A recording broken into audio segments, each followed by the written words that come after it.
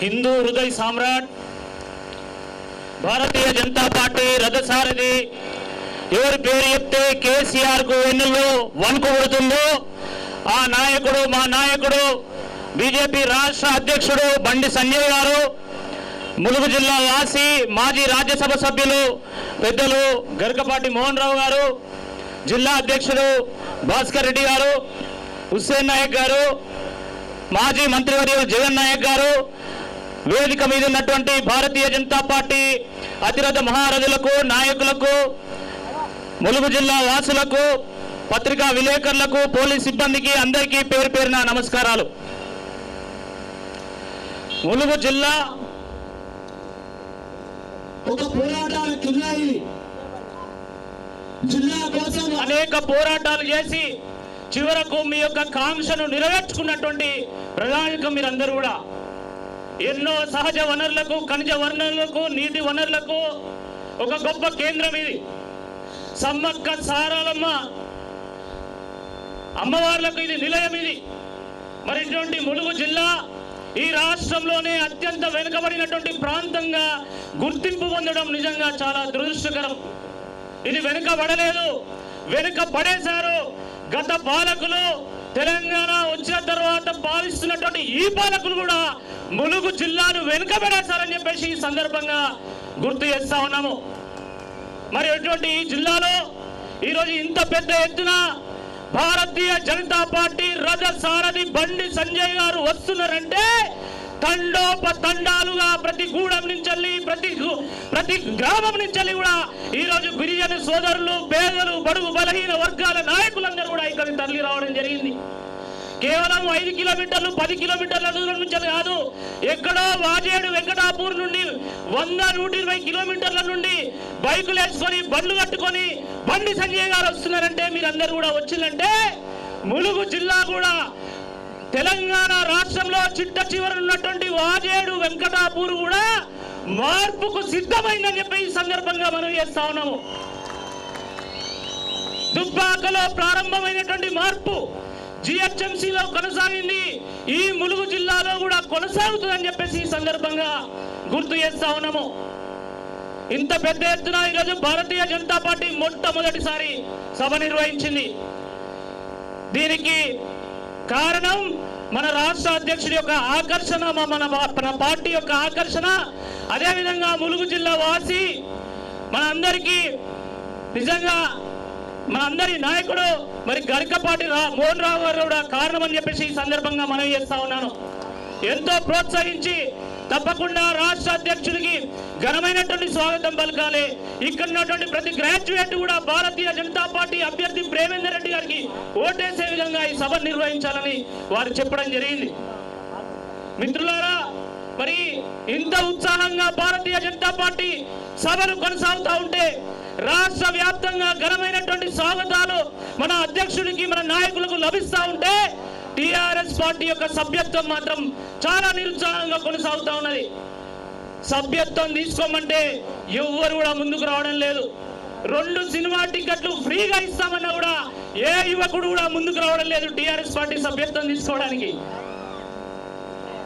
500 రూపాయలు ఇస్తామని యువకులను పిలిచినా కూడా ఎవరు సభ్యత్వం తీసుకుంటలేరు.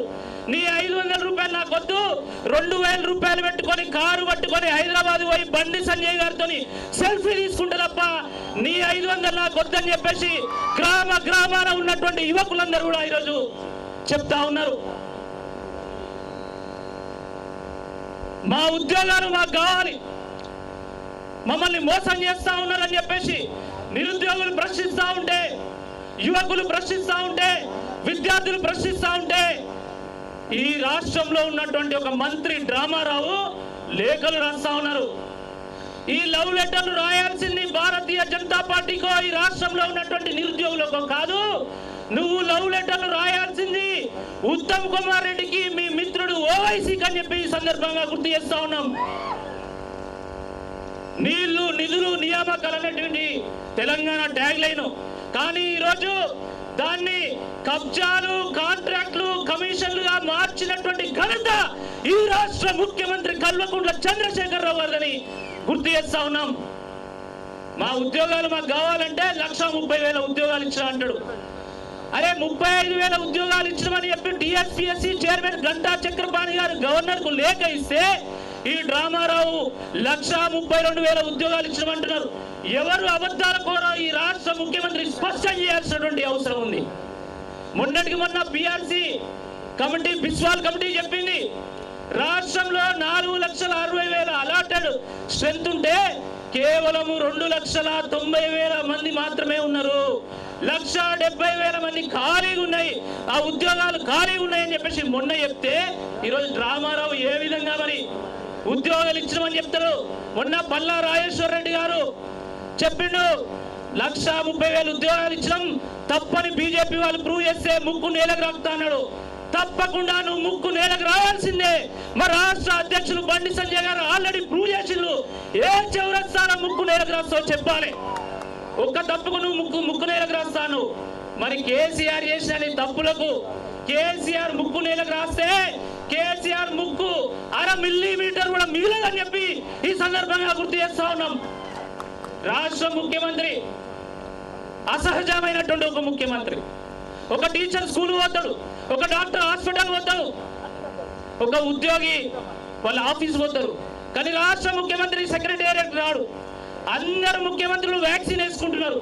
ఈ రాష్ట్ర ముఖ్యమంత్రి మొన్న ఒక డాక్టర్ ఫోన్ చేసిండట, ముఖ్యమంత్రి గారు నీకు వ్యాక్సిన్ వేయాలి, మరి ఎప్పుడు వస్తామంటే నాకు ఈ వ్యాక్సిన్ అవసరం లేదు, 90 ml వ్యాక్సిన్ రోజు తీసుకుంటున్నా, అదే నా వ్యాక్సిన్ అని చెప్పినాడు. అదేవిధంగా అరే ముఖ్యమంత్రి ఎట్లా వేసుకుంటలేడని చెప్పి వాళ్ళ కొడుకు అడిగినాడ, నువ్వన్నా వ్యాక్సిన్ వేసుకో మీ నాన్న వేసుకుంటలేడంటే మొన్న దుబ్బాకలో జిహెచ్ఎంసీలో మా బండి సంజయ్ గారు బీజేపీ బండి సంజయ్ గారు ఆల్రెడీ ఇచ్చిన వ్యాక్సిన్ ఇంకా నాకు సరిపోదా, ఇంకా మళ్ళీ ఇంకో డోస్ కావాలని అడిగినట. కాబట్టి దుబ్బాకలో జిహెచ్ఎంసీలో ఏ విధంగానైతే కారుకు బ్రేకులు వేసినామో కారుకు డెంట్ వేసినామో అదే విధంగా రాబోయేటువంటి ఎమ్మెల్సీ ఎన్నికల్లో కూడా ఈ కారుకు బ్రేకులు వేసి డెంట్ వేసి పర్మనెంట్ గా ఈ కారును షెడ్కు పంపిస్తామని చెప్పేసి ఈ సందర్భంగా గుర్తు చేస్తున్నాం.